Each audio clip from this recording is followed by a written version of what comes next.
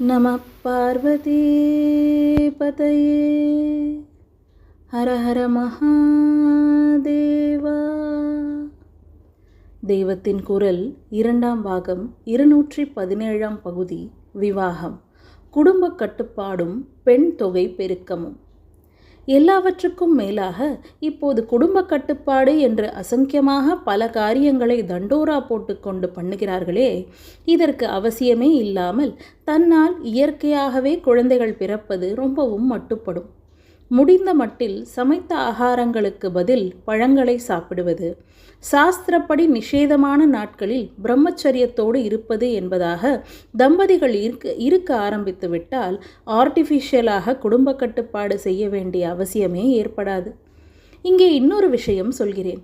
பொதுவாக பாப்புலேஷனை குறைக்க வேண்டும் என்ற அபிப்பிராயத்தோடு இது சம்பந்தமில்லை என்று தோன்றினாலும் உண்மையில் சம்பந்தம் உள்ளதுதான்.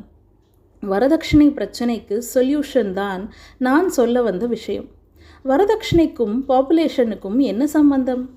பாப்புலேஷனில் பெண் பிரஜைகளின் விகிதாச்சாரம் ஜாஸ்தியானதால் தான் வரதட்சணை பழக்கம் ஏற்பட்டிருக்கிறது. பொருளாதார சாஸ்திரப்படி குறைச்சலாக உள்ள சரக்குக்கு தான் கிராக்கி ஜாஸ்தி. இதன்படி பாப்புலேஷனில் புருஷ பிரஜைகள் குறைவாகி பெண்கள் அதிகமாக ஆரம்பித்த போதுதான் பெண்களுக்கு சம எண்ணிக்கையில் பிள்ளைகள் இல்லாததால் பெண்ணை பெற்றவர்கள் போட்டி போட்டுக்கொண்டு வரதட்சணை கொடுக்கிற பழக்கம் ஏற்பட்டது. இது சமீபகால வழக்கம்தான்.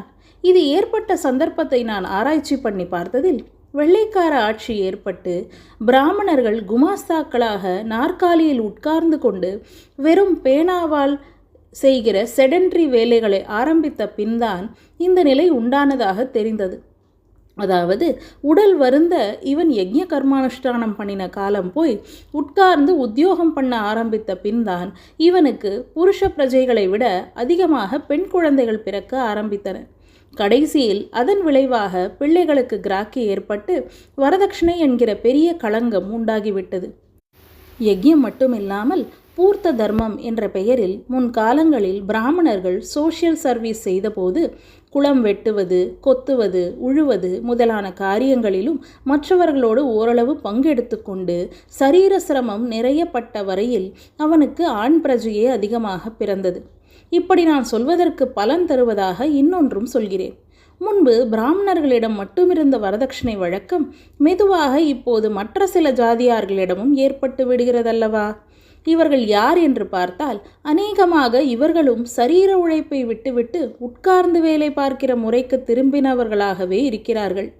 ஆனபடியால் இப்போது ஆஃபீஸ்களில் வேலை செய்கிறவர்களும் லீவு நாட்களிலாவது குளம் வெட்டுவது, ரோடு போடுவது, கோவிலுக்கு மதில் கட்டுவது முதலான சோஷியல் சர்வீஸுகளை உடல் வருந்த பண்ணினால் ஆண் பிரஜைகள் அதிகம் பிறந்து முடிவில் வரதட்சணை பழக்கம் தொலையும் என்று நினைக்கிறேன். ஆனால் அது வேறு சப்ஜெக்ட். இந்திரிய சுகத்திலும் விவஸ்தை வேண்டும் என்பதில் ஆரம்பித்தேன். நம பார்வதி பதையே ஹர ஹர மகாதேவா.